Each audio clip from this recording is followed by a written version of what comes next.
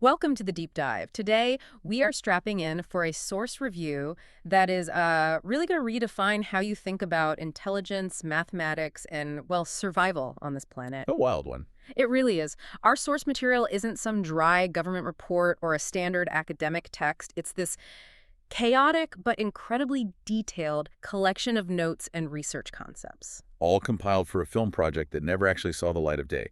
The working title was, and you have to appreciate this, Shrooms, a story about a dying planet. Right. And if that premise, a dying planet, communicating through fungus, sounds a little too far out there, just Yeah. hold on. Yeah, our mission today is to dive deep into the central hypothesis these sources lay out. And it is a stunning, really comprehensive argument. It connects ancient spiritual wisdom, the deepest mathematical constants of the universe. And the accelerating global catastrophes we're all seeing today. Exactly. All synthesized through the lens of mycology, of all things. This deep dive is your shortcut to understanding a potentially colossal theory of Earth consciousness. Okay, so let's unpack this origin story because it's pretty unusual. The whole narrative kicks off with a very unlikely trio. It really does. You have the person who compiled these notes, and then you have an 80-year-old ex-serviceman who provided the initial, often very cryptic core ideas. And the third, a brilliantly smart computer programmer working at a national space agency. Mm-hmm. The sources are really clear that without this strange collaboration, none of this material would even exist. The 80-year-old ex-serviceman seems to be the key here, the catalyst. He is, absolutely. What's crucial to understand about him is that while his insights often came across as these strange hunches or like esoteric demands, the note-taker quickly realized something. What was that? That these ideas always, and I mean always, rooted themselves in verifiable fundamental facts once you dug into them. So it's like intuition leading the charge for scientific inquiry. Yes, it was almost like reverse engineering a code that was being fed to him. And the very first hunch he presented was an absolute mind-bender. He goes to the note-taker, who specialized in drone technology, with this simple but totally inexplicable command. Right, he says, fly drones all over the world to spread mushroom spores because the world needs more rain. Just like that. No explanation. None. Just a gut feeling that this act was somehow necessary for planetary survival. It sounds like, I don't know, magical thinking. It does on the surface, but that initial strange demand actually became the thesis statement for the whole project.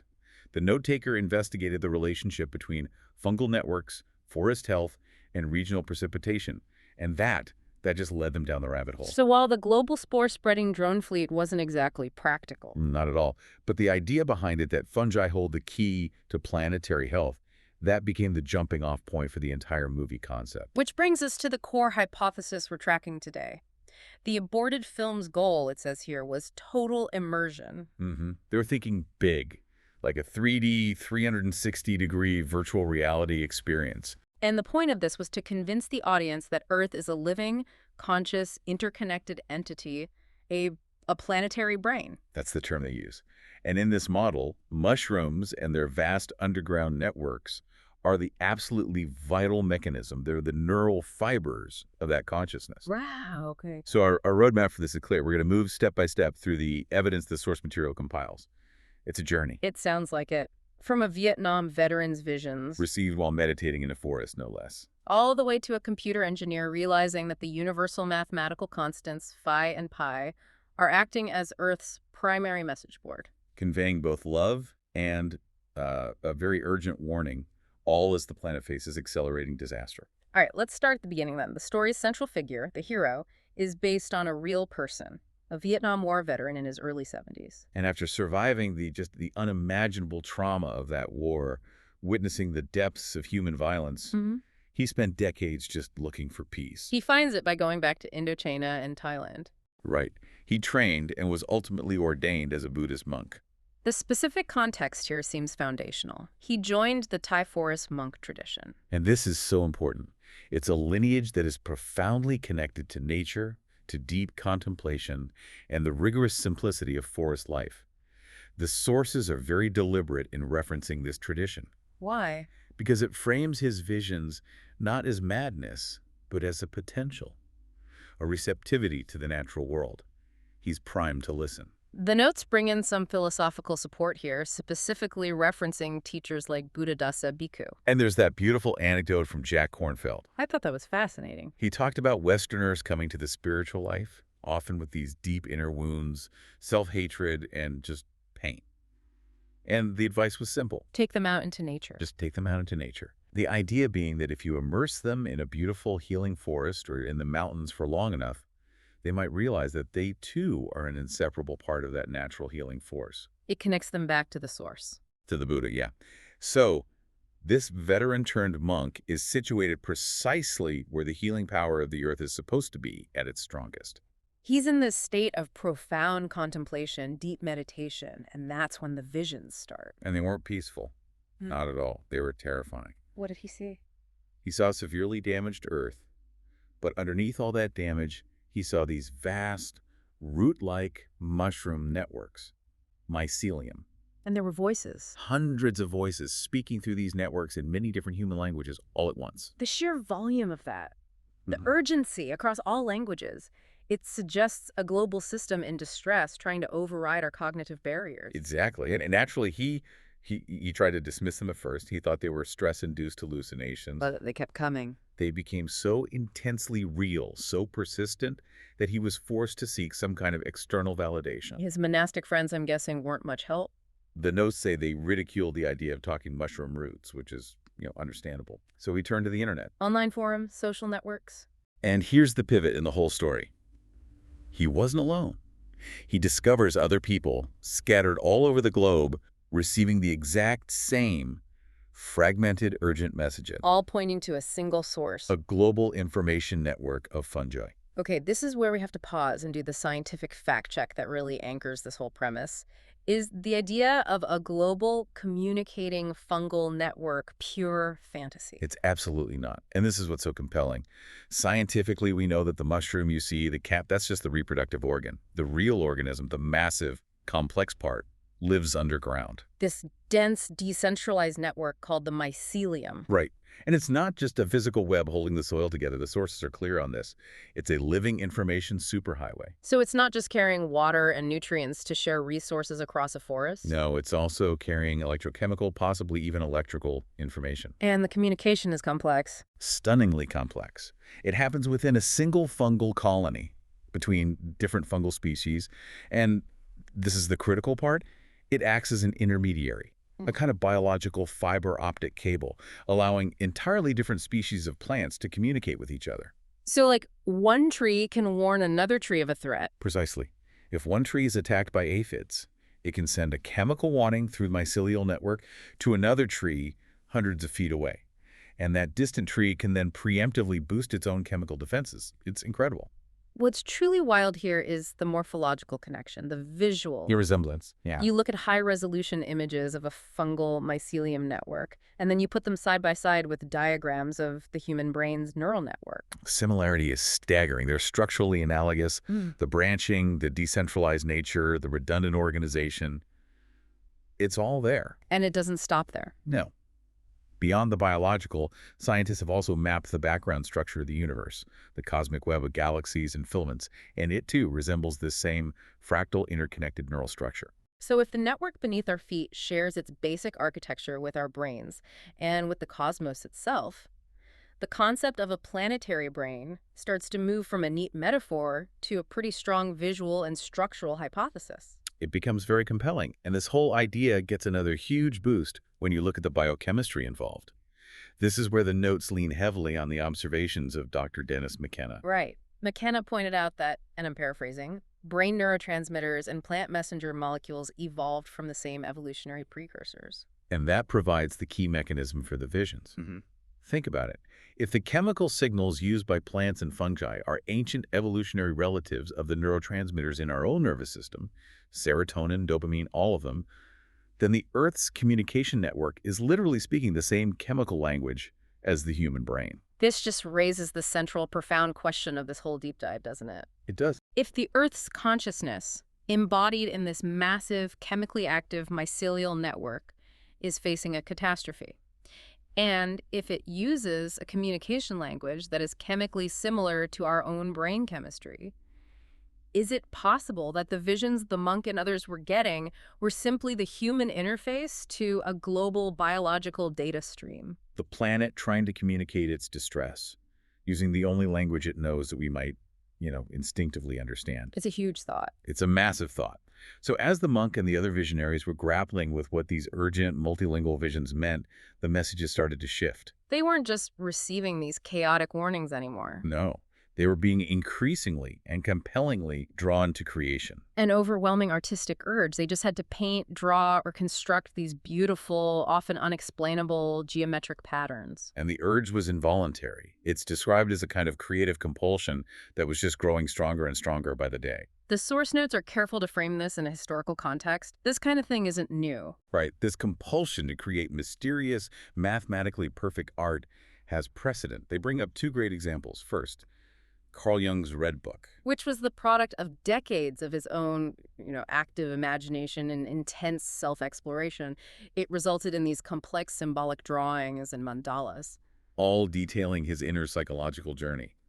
And the second example is the baffling Voynich manuscript. That utterly impenetrable medieval text, filled with languages no one can identify and illustrations of plants that don't seem to exist. Exactly. Both are examples of these powerful internal drives resulting in complex, beautiful, yet cryptic works that just defy any simple explanation. The context suggests the visionaries weren't just hallucinating, they were channeling something that was profoundly ordered. And this is precisely when the third member of our trio, the sharp Malaysian computer engineer, enters the story. He stumbles upon the monk's questions online. He wasn't focused on Buddhism or mycology at all, but on a field he was pioneering himself. Phytoinformatics. It's a great word. It is, isn't it? So let's define that. It's based on the foundational assumption that plants and fungi are exchanging information through chemical and electrochemical transmitters. Basically mirroring the neural activity of a human brain. And his goal was incredibly ambitious, to find a way for humanity to integrate, listen to, and maybe even interact with this global exchange for the benefit of the planet. The real work started when the engineer began sharing the visionary's strange drawings with a colleague. A highly analytical mathematician. And this led to the first monumental aha moment of the whole project. It really did. The mathematician took one look at these swirling, spiraling, complex patterns that the visionaries were spontaneously drawing, and he instantly recognized that they adhered to one constant.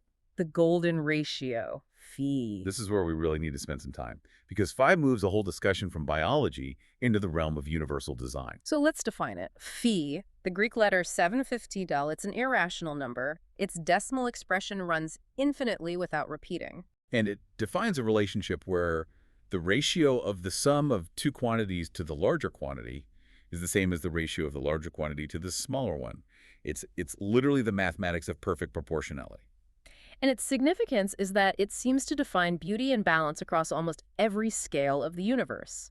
The source notes just detail its presence everywhere, mathematically in basic shapes, aesthetically in music, in architecture like the Parthenon.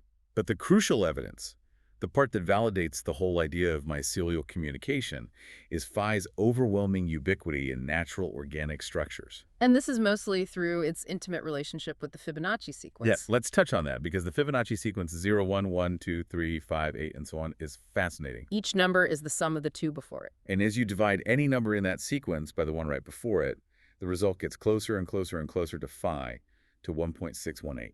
This mathematical link is why phi shows up wherever efficient organic growth is needed. Think of flower petals. So many of them follow Fibonacci numbers. Lilies have 3, buttercups 5, daisies often have 34 or 55. Why is that? Because that pattern, which is generated by the golden ratio, ensures optimal exposure to sunlight. It prevents the lower petals from being shaded out by the upper ones. It's just perfect design. It's the same genius design in seed heads, like a sunflower. Absolutely. The seeds migrate outward in these interlocking spirals, usually following a pair of consecutive Fibonacci numbers, and it packs the maximum number of seeds into the minimum space, all defined by phi. We see the golden spiral, which is derived from phi everywhere. The branching of trees, root systems, the logarithmic spiral of a nautilus shell. The shape of certain algae, the vast arms of spiral galaxies, the swirling structure of major hurricanes.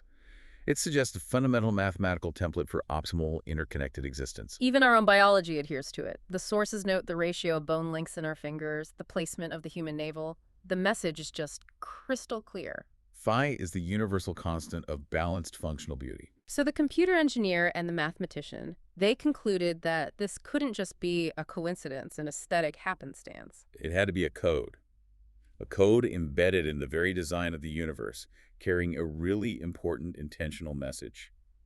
So how on earth do you decode the infinite decimals of phi using plant chemistry? I mean, this is the core of the phytoinformatics method, and it sounds like a brilliant leap of faith. It was. The engineer set up these experiments where he exposed vast networks of interconnected plants, all linked by their natural mycelial highways, to acute, controllable stresses. Like insect attacks. Exactly, insect attacks followed by safe situations. And he wasn't just measuring chemical signals, he was measuring the electrochemical responses, the speed, the frequency, the energy signature of the warning pulses sent through the mycelium. The strength and pattern of the electrochemical spike would correspond to the severity of the threat. Right, a minor annoyance versus a severe attack. Hmm. He then mapped these unique signal profiles, Mm. the plant's equivalent of a distress call, against the decimal expression of phi. And this is where it all converged. This is it. He found repeating, organized patterns within the plant communications that matched specific fragments of phi's infinitely long decimal string. So by correlating the input, the sudden threat, with the output, a specific decimal pattern, they were able to assign labels to the signals. And they discerned clear danger safety labels: danger, concern, urgent, evil, and death for escalating threats. And on the other side, safety, balance, hope, life, good, and love when the threat was removed. They also found location signals. Yes, global or all, contrasted with limited local threats, which shows the network has a capacity for contextual awareness. And fascinatingly, stratified signals like children and parent related to clusters of plants, suggesting an internal hierarchy or some kind of care structure within the network. The final conclusion they reached by comparing all these decoded plant signals against the fragments of phi was pretty overwhelming. It was. That phi, the constant that governs universal beauty and growth, contains these core, repeated messages of love, balance, beauty, and hope for life. And the spiritual connection here is just undeniable. They found recurring code segments within phi that express an eternal glorification for the love and care of the Creator over all creations. The sources describe phi as an unending poem, a message of divine love and balance repeated endlessly throughout the cosmic code. And the mathematician was quick to point out that these decoded fragments, they bear a deep affinity with the core messages carried by every major world religion about divine love and harmony. It suggests that these spiritual truths aren't just cultural constructs. They might be mathematical necessities embedded in reality itself. He even formalized this by taking the ratio itself, A plus B, A, and translating it into a purely relational message, a kind of mathematical empathy. He translates A as you, B as your smaller brother, and A plus B as the all. And the message he gets is, You are to the all as your smaller brother is to you. it's a fundamental instruction for interconnected responsibility. The same perfect proportion that dictates how a nautilus shell grows or how sunlight is optimally absorbed by a flower also dictates a perfect model for ethical conduct.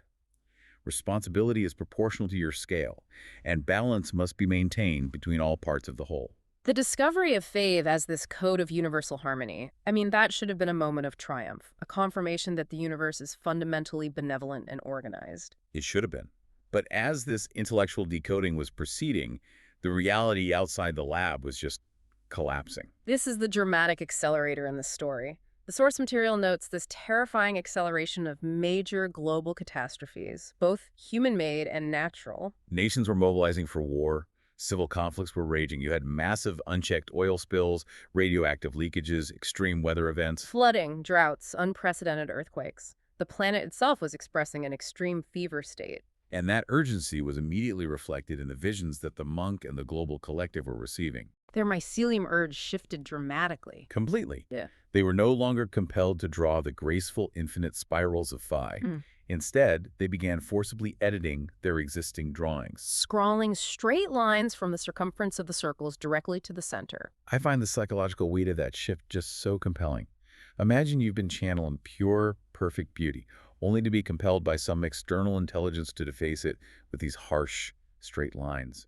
It represents an urgent, painful realignment. It suggests a move from describing the ideal design, which was phi, to demanding immediate action for survival. And the mathematician recognized the new sign immediately. This shift from the infinite spiral of phi to the radius of a circle connected them to pi. Another fundamental universal constant, inherent to the design of every single circle, the circumference divided by the diameter. Pi, just like phi, is an irrational number of infinite length, but its philosophical context is often tied to this idea of the center. Right. The mathematician recalled that, quote, often attributed to Hermes Trismegistus and later Voltaire. God is a circle whose center is everywhere and circumference nowhere. Which links the mathematics of the circle to the concept of the divine center, the source of balance. When the computer engineer started trying to decode fragments of pi, the message was distinctly different from phi. Very different. Phi was this poem of eternal love. Pi was a denser, more complex, tactical warning. The mathematician pointed out that while you can comprehend both constants conceptually, the inherent nature of irrational numbers means you can never fully and exactly capture either of them with human symbols or tools. They contain infinite information. But pi, in its complexity, contained a much more nuanced message that reflected conflict. The patterns within pi's decimal string showed this recurring juxtaposition. A battle. They found good, safety, and life appearing right alongside evil, danger, and death. It wasn't just a description of potential harm. It was a depiction of an active, ageless struggle. And their conclusion was a terrifying confirmation of the planet's distress signal. Pi contains an urgent, high-stakes message about the endless battle between good and evil, order and chaos. And the condition for victory in that battle. It can only be won by maintaining balance and order and this constant need to connect to the center. So the visionary's new behavior drawing lines from the circumference to the center was interpreted as the key actionable message from the planet. Return to the center and remain centered. This idea of centeredness and balance immediately resonated with the mathematician. He related it to the 8 spokes of the Dhamma wheel in Buddhism, Which represent the noble eightfold path, the 4 major and 4 minor directions on a compass. The wheel structure itself emphasizes comprehensive, well-rounded action, but centered firmly on the axle of wisdom. So we have phi, the code of universal love and beauty representing the ideal state of design. And then you have pi, the code of warning and action, emphasizing the constant necessary effort required to maintain order and balance against the entropic forces of conflict and catastrophe. It's the difference between the blueprint and the instruction manual. That's a great way to put it. So as the catastrophes got worse, the visionaries, now driven by this extreme fear and urgency channeled through the mycelium network, they pleaded with the engineer and mathematician. They wanted them to quickly develop the technology needed to connect comprehensively to the network for specific tactical messages. They felt like the Earth was screaming detailed instructions, but they could only hear the echoes. But the engineer, even with his pioneering work in phytoinformatics, he had to admit the crushing reality. They just lacked much of the electronic and sensory technology required for a truly comprehensive, two-way communication with the mycelial net. The technological inadequacy was frustratingly evident right at the moment of greatest planetary need. This struggle, the planet communicating urgent, life-saving information, but humanity being unable to fully process it, brings us to that chilling historical parallel noted in the source material. Plato and Atlantis. Exactly. Plato, whose philosophy still underpins so much of Western thought, also spoke of Atlantis. This advanced civilization that, according to the accounts, was destroyed by divine decree. And why? Precisely because its technological advancement had reached a point where it threatened the entire globe. It was destroyed to save the Earth from total annihilation by his own creations. It raises a really profound question. If Plato's philosophical insights on ethics and governance are so influential, could his warning about destructive technology also be fundamentally true? Is the lesson of pi the need for centeredness and balance? A constant warning against our own trajectory, where our technological capability outstrips our moral and cosmic wisdom? Are we just repeating Atlantis' mistake, pushing the planetary brain past a point of no return? This failure, this inability to quickly develop the communication tools, it weighed heavily on the mathematician. Immensely. He felt the responsibility of disappointing this global web of visionaries who were trusting them to, save the world. So in a state of near despair, he sought refuge not in calculations, but in a forest glade. He surrounded himself with mushrooms and just started scratching out equations in the dirt. And interestingly, the notes state he found no direct, specific messages from the fungi in the silence around him. Instead, his distraction led him to music. He listened to a particular song that haunted him, one that seemed to contain this inexplicable rhythm or structure that felt like the missing clue for connecting to the network. It was a leap of intuition. It suggested the answer wasn't in more complex electronics, but perhaps in vibration, in concept. His focus shifted from the tangible network of mycelium and the complex mathematics of phi and pi to the most fundamental intangible concept possible: nothingness. Okay, let's define this concept of nothingness as it's used here, because it is far from just being, simple absence. Right. Modern cosmology and physics actually acknowledge nothingness as the point of origin, the conceptual space that existed before the Big Bang. It's the ultimate container. Multiverses, our own universe, they all exist within its context. It isn't subject to the fabric of space-time or any of its rules. It represents the ultimate unknowable, the ineffable source. This concept actually resolves old philosophical paradoxes, like the idea of turtles all the way down, where you can never find the final support structure of reality. It's resolved because the science of nothingness points to an inescapable first cause, something that cannot be grasped or explained using our human mathematical symbols, our scientific tools, or even our imagination. It is by definition the irreducible. So if pi is telling us to return to the center, and the center is this ultimate ungraspable source, this nothingness, the question shifts from comprehension to access. And that was the crucial realization for the mathematician, driven by that haunting music and the urgency of the moment. We may never be able to fully comprehend the ineffable, but the question is, can we reach out and connect to it? Can we touch the first cause, the ultimate state of centeredness? This highly philosophical leap quickly found a parallel in cutting-edge computing concepts, which the computer engineer brought up. He started talking about Majorana fermions. Okay, what are those? Majorana fermions are fascinating. They're hypothesized elementary particles like electrons or protons, but they have this unique, mind-bending symmetry. They are their own antiparticles. Unlike the standard particles that make up all matter, which are called Dirac fermions. Right. With Majorana fermions, they just annihilate themselves when they interact. And this unique symmetry leads to the concept of the Majorana zero mode. This mode is reached through the annihilation of a particle and its antiparticle, and it results in a stable, non-local quantum state. And the connection to nothingness is what? The Majorana zero mode is conceptually achieving a state of fundamental neutrality or nothingness at the quantum level. It's a point outside of standard matter, energy, and localized space. Which makes it a potential gateway to exchanging information with the ultimate center. Exactly. The engineer, he was excited but cautious. He said this could be the key to comprehensive communication with the mycelial network. But he lamented, we do not have the technology yet to manipulate these fermions reliably. But the mathematician, having made the conceptual leap, he insisted. He said, we have barely scratched the surface. He implies that the solution for accessing the ineffable center, the ultimate balance point, may not require billions of dollars in hardware, but a conceptual or maybe even a spiritual breakthrough derives from intuition and the clues left by the universe itself, like that haunting musical clue. And the final connection in this whole intricate web reinforces the theme of boundlessness.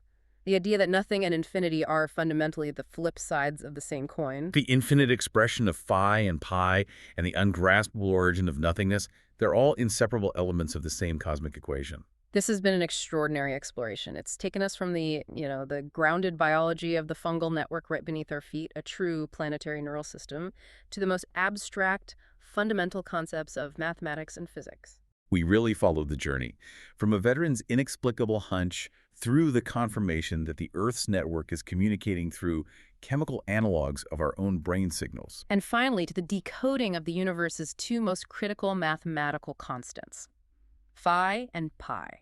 Phi, the constant of universal balance and love, embedded with the design parameters for harmony. And pi, the constant of urgent warning and conflict, demanding that we return to a state of order and centeredness, connecting back to the origin, to nothingness, in order to survive the escalating global chaos. The profound synthesis of all this source material is that the universe isn't indifferent, it isn't silent. It is encoded with messages of fundamental, eternal harmony, but also with urgent, active warnings about our current trajectory. Human survival depends on embracing the relational empathy of phi, and adhering to the centered order demanded by pi. And this knowledge brings us right back to the mathematician's initial frustration. We know that both pi and phi, because they're irrational and infinite, cannot be fully and exactly captured by any humanly developed tools, symbols, or language. We can approximate them, sure, but we can never contain them entirely. They hold the complete answers, the perfect formula for balance, and the guaranteed pathway through conflict. Yet our intellectual tools are just inherently insufficient to grasp the code in its totality. Which leaves us with this provocative thought for you to chew on.